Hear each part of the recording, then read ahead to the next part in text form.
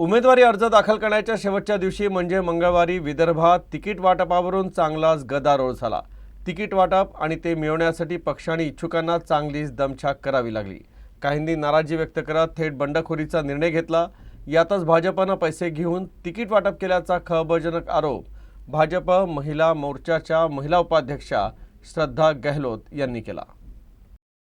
मंगळवार हा उमेदवारी अर्ज दाखल करण्याचा शेवटचा दिवस होता। मात्र उमेदवारांची निवड करताना अनेक पक्षांमध्ये नाराजी नाट्य पाहायला मिळालं।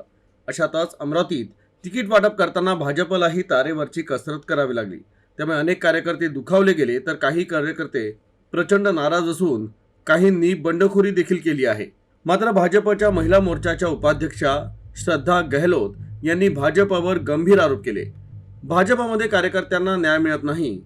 भाजपच्या पक्षश्रेष्ठींनी पैसे घेऊन तिकीट वाटप केल्याचा खळबळजनक आरोप केल्यानं राजकीय वातावरण तापलं आहे। 2018 पासून मी प्रामाणिकपणे पक्षाचं काम केलं आहे। मोर्चे असो किंवा महिलांना आंदोलनासाठी गोळा करणं असो, याशिवाय पक्षासाठी खर्च करणं असो, यासाठी मी कधीही मागे हटली नाही। तरीही मला तिकीट नाकारण्यात आलं।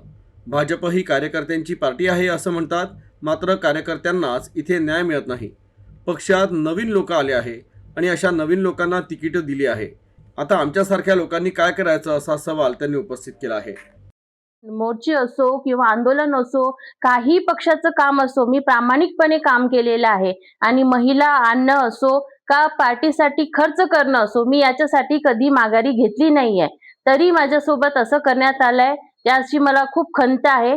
आणि एक प्रामाणिक कार्यकर्त्याला, एक निवडून येणाऱ्या व्यक्तीला तिकीट देण्यात नाही आली, सस्पेन्स मध्ये ठेवण्यात आलं, याचं फार दुःख झालेलं आहे। भारतीय जनता पार्टी कार्यकर्त्याची पार्टी आहे असं म्हणतात, पण कार्यकर्त्यांना इथे न्याय मिळत नाहीये।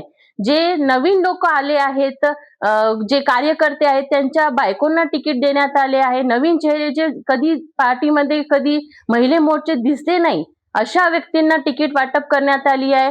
जात पाहून तिकीट देण्यात आली आहे। आमच्यासारख्या लोकांनी काय करणार आहे? पैसे घेऊन तिकीट वाटप करण्यात आली आहे, म्हणजे आमच्यासारखे लोक काय करणार, कुठे जाणार? आम्ही प्रभागाच्या प्रत्येक घरामध्ये, विधानसभा असो, लोकसभा असो, एक एक घरात जाऊन आम्ही प्रचार केलेला आहे।